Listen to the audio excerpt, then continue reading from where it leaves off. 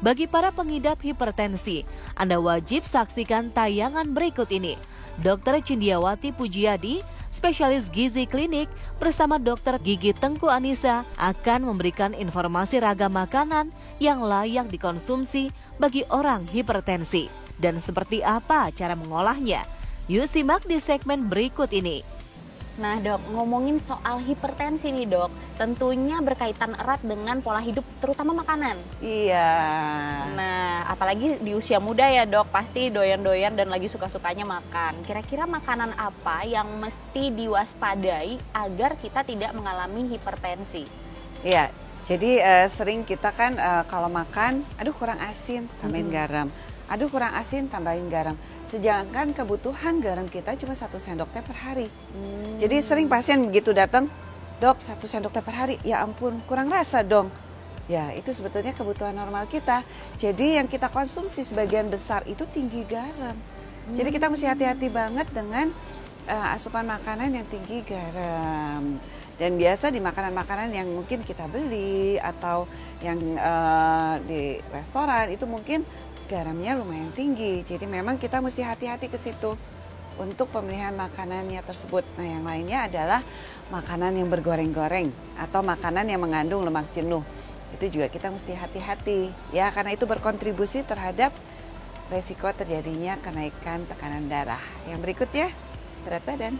Jadi kalau makanan kita terlalu berlebihan kalorinya, kemudian kita jarang berolahraga, berat badan kita naik, resiko hipertensi kita juga akan makin meningkat. Jadi itu yang kita mesti perhatikan.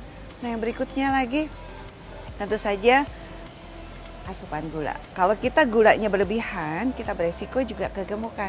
Nah, itu berkontribusi lagi ke arah resiko terjadinya hipertensi. Jadi tidak hanya urusan garam aja yang kita perhatikan, asupan gula juga, karena itu berhubungan dengan resiko kegemukan. Nah, kegemukan berhubungan dengan resiko hipertensi.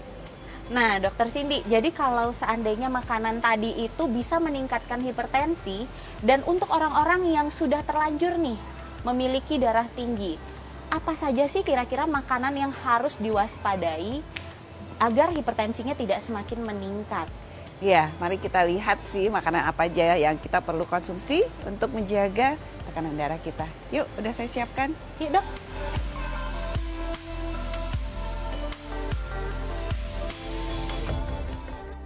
Tadi kan kita mau membahas mengenai makanan-makanan yang katanya baik dikonsumsi oleh orang yang sudah menderita hipertensi.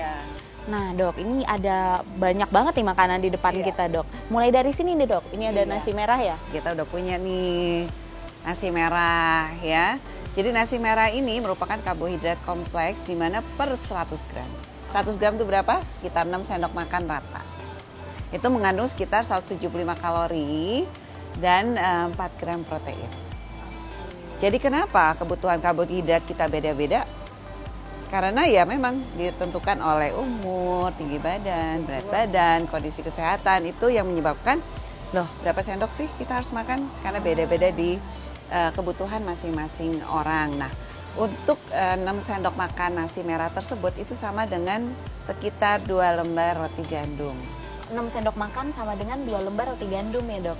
Nah, kalau mau digantiin sama Havermout sekitar 5,5 sendok makan Havermout. Jadi boleh-boleh aja kita ganti-ganti.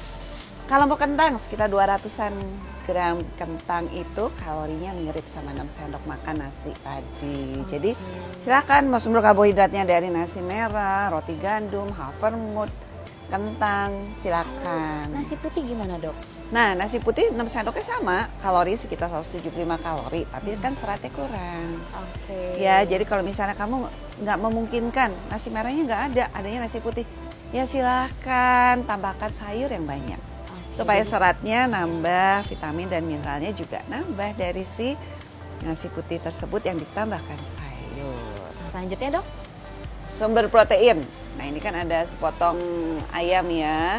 Sebaiknya memang sumber protein itu kita pilih yang rendah lemak. Misalnya kalau ayam, dada buang kulit. Mau dari ikan silakan, dari telur, dari kacang-kacangan, dari tahu atau tempe, itu boleh silakan. Jadi sekitar 40 gram si ayam ini mengandung sekitar 90-95 kalori. Ya, mau dari ikan juga segitu kurang lebih.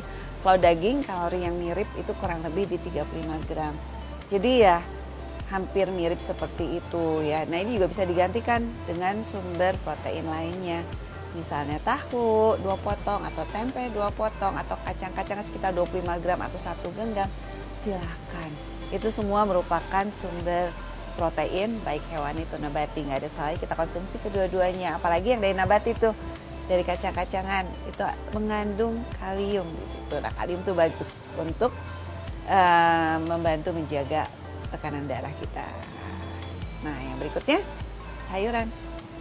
Jangan sampai lupa sayuran itu kalorinya hampir tidak ada. Jadi silakan mau banyak-banyak aja juga nggak apa-apa.